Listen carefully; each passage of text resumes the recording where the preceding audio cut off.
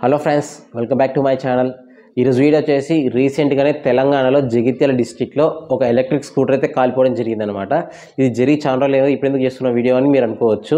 ఎందుకంటే చాలామందికి అప్పుడు ఎందుకు కారణంతో ఏ కారణంతో కాలిపోయింది అనే ఉద్దేశంతో తెలియదనమాట.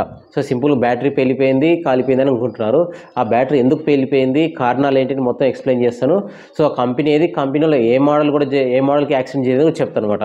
వీడియోలోకి వెళ్ళే ముందు నా చిన్న రిక్వెస్ట్ ఏంటంటే ఫ్రెండ్స్, సో ఇన్స్టాగ్రామ్ కూడా ఒక అకౌంట్ ఉందన్నమాట, ఈవీ గ్రూప్ 54 అనేసి. సో అక్కడికి వెళ్ళి ఫాలో అవ్వండి, అక్కడ కూడా అప్డేట్స్ ఇస్తుంటాను అనమాట. ఏదైనా క్విక్ అప్డేట్స్ ఉంటే అక్కడ పెట్టేస్తుంటాను. సో ఇప్పుడు లేట్ చేయకుండా వీడియోలోకి వెళ్దాం, లెట్స్ గో. ఫస్ట్ కంపెనీనే మీ అందరికీ తెలుసు, టీవీఎస్ కంపెనీకి సంబంధించిన ఐక్యూబ్ ఎలక్ట్రిక్ స్కూటర్ కాలిపోయిందని. కానీ దీంట్లో ఐక్యూబ్ ఎలక్ట్రిక్లో వచ్చేసి టోటల్ 5 మోడల్స్ ఉన్నాయి. 5 మోడల్స్లో ఏ మోడల్ కాలిపోయిందని మీకు తెలియదు.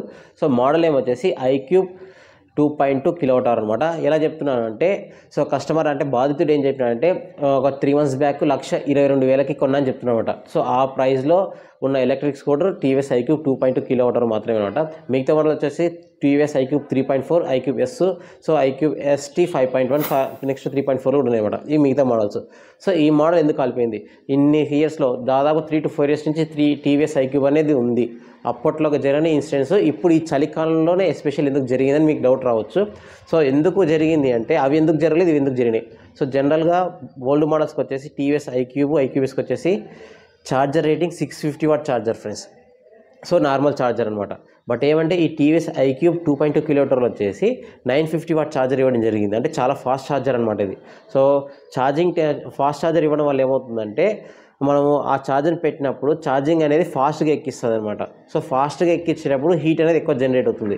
సో ఆ హీట్ జనరేట్ అయినప్పుడు మేబీ ఏదైనా ఒక సెల్ ప్రాబ్లం అయ్యి ఒక సెల్ వెళ్ళిందంటే మొత్తం లోపల ఉన్న 2.2 kWh ఉన్న మొత్తం బ్యాటరీ అనేది మంటలు వస్తాయి. మంటలు వచ్చి పేలింది అనమాట. నాకు తెలిసిన వరకు మెయిన్ రీజన్ అదే ఉండొచ్చు. అండ్ ఇంకా మేజర్గా జనరల్గా థింక్ చేస్తే ఏదైనా సరే ఎలక్ట్రిక్ స్కూటర్ మేజర్ కాలిపోవాలంటే ఓవర్ హీట్ వల్లనే ఫ్రెండ్స్. ఆ ఓవర్ హీట్ రానికి మెయిన్ సిచ్యువేషన్స్ ఏవి, సమ్మర్ ఒకటి ఉంటుంది. అండ్ అది కాకుండా నార్మల్ టైమ్స్లో జరిగేది ఏది అంటే, మనం ఒక 10-20 కిలోమీటర్లు 30 కిలోమీటర్లు డ్రైవ్ చేసింటాం. డ్రైవ్ చేసిన తర్వాత మళ్ళీ అవసరం ఉందనేసి మళ్ళీ ఛార్జింగ్ వెంటనే పెట్టకూడదు. అట్లీస్ట్ ఒక 1/2 hour అన్నా ఆగాలన్నమాట. అట్లీస్ట్ ఒక 1/2 hour ఆగితే మనం డ్రైవింగ్ చేసినప్పుడు హీట్లో ఉన్న సెల్స్ అన్నీ కూల్ అవుతాయి కొంచెం అన్న. సో నార్మల్ టెంపరేచర్కి వచ్చిన తర్వాత మళ్ళీ ఛార్జింగ్ పెడితే నార్మల్గా ఎక్కుతాయి అనమాట. అలా కాదని మీరు వెంటనే డ్రైవ్ చేసి వచ్చి తీసి మళ్ళీ వెంటనే ఛార్జింగ్ పెట్టినారే అనుకోండి, ఇక్కడ వేడిగా ఉంటుంది, మళ్ళీ ఛార్జింగ్ పెట్టినప్పుడు సెల్స్ అనేవి ఓవర్ హీట్ అవుతాయి అనమాట. సో ఆ విధంగా సెల్స్ కాలిపోయి బ్యాటరీ పోయి బండి మొత్తం కాలిపోయే ఛాన్స్ ఉందన్నమాట. Coming to this incident, so ఇన్సిడెంట్లో అయితే ప్రాణ నష్టం అయితే ఏం జరగలేదు అదృష్టశాత్తు. కానీ ఇక్కడ బండి కాలిపోతే ఏం కాదు, కానీ బండిలో అతను సంపాదించిన 1,90,000 డబ్బులు కూడా కాలిపోయాయని చెప్తున్నాడు బాధితుడు. అది వచ్చేసి వెరీ సాడ్ అనమాట. సో పక్కన కొంచెం ట్రాక్టర్ టైర్స్ కూడా ఉన్నాయంటున్నారు అనమాట, అవన్నీ కాలిపోయాయంట. ఇండ్లు కూడా చాలా డ్యామేజ్ అయింది. డ్యామేజ్ చేసి మొత్తం బూడిదతో మొత్తం నల్లగా అయిపోయింది అనమాట. దాన్ని పెయింటింగ్ చేయాలంటే మళ్ళీ ఖర్చు అవుతాయి. సో ఈ విధంగా చాలా వరకు డ్యామేజ్ అయింది తనకైతే. బట్ ఏమంటే ప్రాణ నష్టం జరగలేదు కదా, వెరీ హ్యాపీ.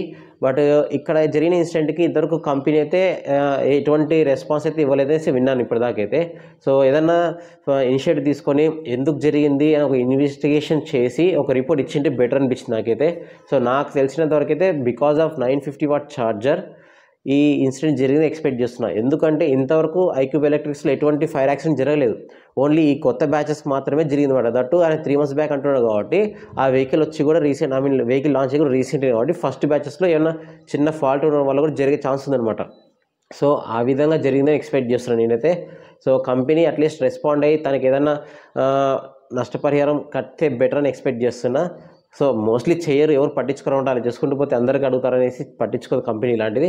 బట్ ఏమంటే రెస్పాండ్ అవ్వాలి, ఎందుకు ప్రాబ్లం జరిగింది, ఆ ప్రాబ్లమ్ని రీడ్ చేసి నెక్స్ట్ బ్యాచెస్లో అలాంటి ప్రాబ్లమ్స్ రాకుండా చూసుకోవాలనేసి అట్లీస్ట్ ఒక నోటీస్ అన్న ఇచ్చింటే కూడా ఒక రెస్పాన్స్ ఇచ్చింటే బెటర్ అనిపించింది నాకైతే. సో ఈ ఇన్సిడెంట్ గురించి మీరేమనుకుంటున్నారో కింద కామెంట్స్లో కామెంట్ చేయండి. ఎలా జరిగింది, నేను చెప్పిన రీజన్ కరెక్టా కాదా, సో మీకేమున్నాయి, సో ఆ కారణాలు మీరే కారణంతో అనుకుంటున్నారో అది కూడా కామెంట్ చేయండి. Thank you.